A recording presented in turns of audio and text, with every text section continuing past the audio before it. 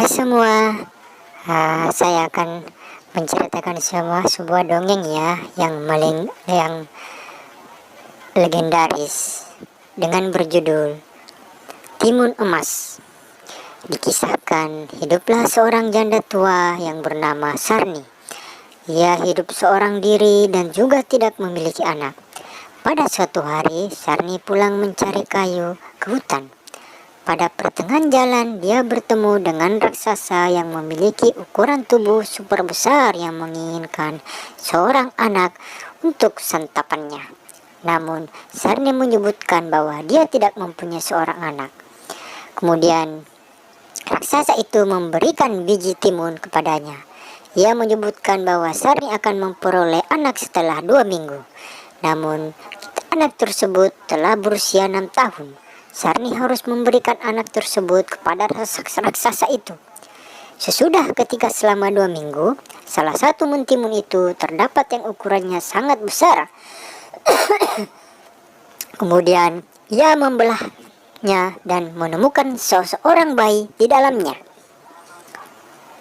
Kini Sarni hidupnya tidak lagi hanya seorang diri lantaran dia memiliki timun emas yang cantik.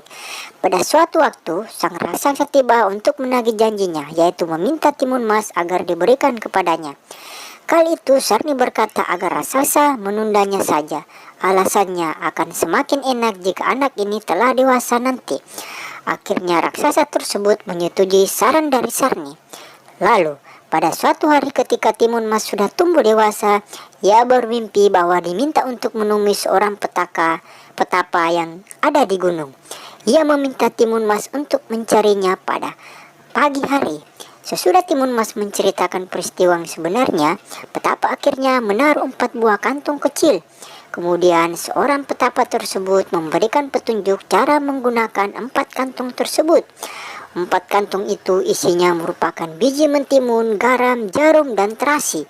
Apabila sedang dikejar oleh raksasa, timun emas diminta buat melemparkannya isi kantung tadi satu persatu. Setelah mendapatkan petunjuk tersebut, ia berpamitan untuk pulang ke rumah. Setelah itu, sang raksasa datang lagi untuk menagih janjinya pada esok harinya. Namun, Sarni meminta pada raksasa supaya tidak mengambil anaknya. Hal ini lantaran Sarni sangat mencintai dan menyayangi anaknya. Bahkan dia juga rela memberikan dirinya sebagai ganti timun emas. Namun, raksasa itu marah dan menolak tawaran tersebut. Timun emas lalu keluar dan menantang super besar lantaran merasa tidak tega melihat Sarni diperlakukan seperti itu. Timun emas dalam lemparan pertama melempar isi kantung biji timun yang menimbulkan tumbuhan timun yang tinggi. Namun raksasa tetap sanggup melewati tumbuhan timun yang melilit dalam tubuhnya dan masih bisa mengejarnya.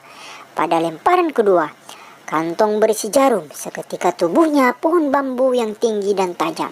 Walaupun kaki raksasa berdarah, tetapi masih saja mampu mengejarnya. Lemparan yang ketiga, timun emas menaburkan garam. Seketika ada samudera dan raksasa tetap mampu melewati samudera itu dengan mudah. Lemparan yang terakhir, timun emas menaburkan terasi. Terbentuklah suatu lautan dengan lumpur yang mendidih. Kemudian raksasa tercebur ke dalam lautan tersebut.